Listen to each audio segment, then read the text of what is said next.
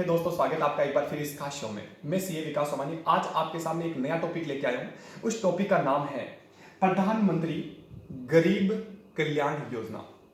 क्या है, क्यों आई और लॉकडाउन पीरियड का इसके साथ क्या रिलेशन है, इनके बारे में आज की वीडियो में हम चर्चा करने वाले हैं। दोस्तों, ये जो स्कीम है, वापस एक बार स्कीम को रिपीट कर रहा हूं, प्रधानमंत्री गरीब कल्याण योजना। ये जो स्कीम है ना दोस्तों, ये स्कीम आई थी, इसका मेन पर्पज ये था कि इनकम टैक्स पेयर 2016 में ये स्कीम आई। इनका टारगेट था कि जितने भी इनकम टैक्स पेयर है जो इलीगल मनी कमा के बैठे हैं या ब्लैक मनी कमा के बैठे हैं, वो अपनी ब्लैक मनी को व्हाइट मनी में कन्वर्ट कर सकते हैं, बशर्ते अगर वो 50% टैक्स दे दे। 50% टैक्स अगर दे दे तो आपकी ब्लैक मनी किस में कन्वर्ट हो जाएगी? व्हाइट मनी में कन्वर्ट हो जाएगी। अब क्वेश्चन आता है कि सर ब्लैक मनी में व्हाइट मनी में कन्वर्ट तो हो गया, लेकिन सर इसका इसके साथ क्या रिलेशन है? इस 50% में 30% का जो टैक्स है वो टैक्स बताओ किस में चला जाएगा? प्रधानमंत्री गरीब कल्याण योजना में पैसा चला जाएगा। मतलब हम लोग इलीगल पैसा कमाने वाले से पैसा लेंगे और वो पैसा जो आएगा उसमें से 30% हिस्सा वो हमारे इस फंड में चला जाएगा, जिसका टारगेट है गरीब लोगों की मदद करना, जो नीडी पीपल है इनकी मदद करना। तो अल्टीमेटली देखा जाए तो सरकार ने 50% टैक्स लिया, उस 50% से 30% का पैसा इस फंड में चला जाएगा और ये फंड गरीब लोगों के काम आएगा, गरीब लोगों की सहायता करेगा। अब क्वेश्चन आता है कि सर ये आया कब? 2016 में आया, यहां तक तो क्लियर हो गया। अगला जो डाउट आता है वो है कि भाई लॉकडाउन का इसके साथ क्या रिलेशन है? ध्यान से सुनना, बहुत अच्छी अच्छी चीजें हैं, पूरा वीडियो एंड तक देखना, बहुत सारी चीजें नॉलेज, बहुत सारा नॉलेज क्रिएट करके जाओगे। राइट, सुनो मेरी बात। सबसे पहले सर कोविड 19 के चक्कर में फर्स्ट लॉकडाउन हुआ था दोस्तों 21 दिन का।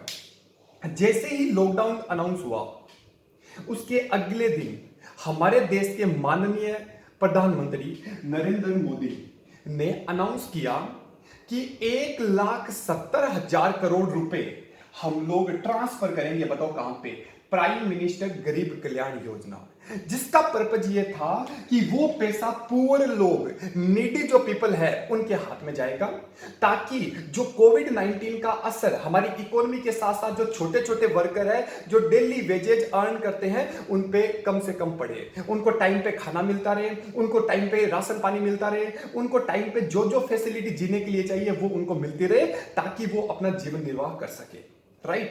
उसके बाद सेकंड डे, मैंने क्या बोला था? प्रधानमंत्री ने कब? लॉकडाउन के सेकंड डे ही अनाउंस कर दिया 1,70,000 करोड़।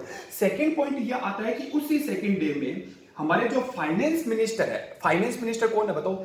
निर्मला जी सीतारमण। उन्होंने एक स्कीम चलाई, इसी स्कीम मतलब एक पैकेज चलाया, पैकेज बोलना ज्यादा बेटर है, गरीब कल्याण पैकेज। उसमें उन्होंने ये बोला कि ये जो 1,70,000 करोड़ रुपए है ना, इनका फायदा कौन कौन, हाइलाइट्स में आपके सामने लेके आया हूं, जिससे हमें यह पता चलेगा कि इस स्कीम का किन किन लोगों को फायदा मिलने वाला है। नंबर 1, जिन महिलाओं का जन धन योजना के अंतर्गत अकाउंट खुल रखा है उनको अगले 3 महीने तक 500 रुपए ट्रांसफर किए जाएंगे। सेकेंड पॉइंट, जो सीनियर सिटीजन है, जो विडो है, उनको अगले 3 महीने तक 1,000 रुपए उनके अकाउंट में ट्रांसफर किए जाएंगे। जो लोग गरीब है उनको एलपीजी सिलेंडर की व्यवस्था फ्री में दी जाएगी। बिल्डिंग एंड कंस्ट्रक्शन में काम करने वाले जो वर्कर हैं उनके लिए सेंट्रल गवर्नमेंट ने स्टेट गवर्नमेंट को बोला कि आप इन 1,70,000 करोड़ में से 31,000 करोड़ उन वर्कर को पैसा देने के लिए यूज कर सकते हो।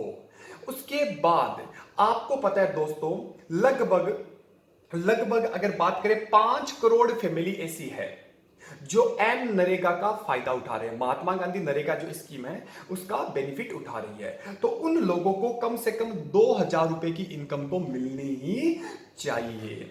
उसके बाद जितने भी लोग हैं, जो मेडिकल स्टाफ है, मेडिकल वर्कर है, जो हेल्थ वर्कर है, उनको 50 लाख रुपए तक का हेल्थ इंश्योरेंस मिलना चाहिए। ये बहुत बड़ा पॉइंट है कि जितने भी लोग हैं, डॉक्टर्स हैं, डॉक्टर के साथ जितने भी वर्कर हैं, वो वर्कर जो हॉस्पिटल में रह रहे हैं उनको कम से कम 50 लाख रुपए का इंश्योरेंस होना चाहिए। उसके बाद सबसे बड़ा पॉइंट जो मैं बोलने वाला हूं ना, ध्यान रखना। आपको पता है दोस्तों, बहुत सारे ऐसे वर्कर हैं जिनकी सैलरी 15,000 रुपए से कम होती है। तो 15,000 रुपए से कम होती है तो आपको यह पता है कि जब आप कहीं कंपनी में जॉब करते हो तो आपके कुछ पैसे, कुछ कंट्रीब्यूशन पीएफ में जाता है। पीएफ का मतलब होता है public provident fund. Provident fund में पैसा जाता है, और प्रोविडेंट फंड में जब पैसा जाता है तो मालिक भी कंट्रीब्यूट करता है और कर्मचारी भी कंट्रीब्यूट करते हैं।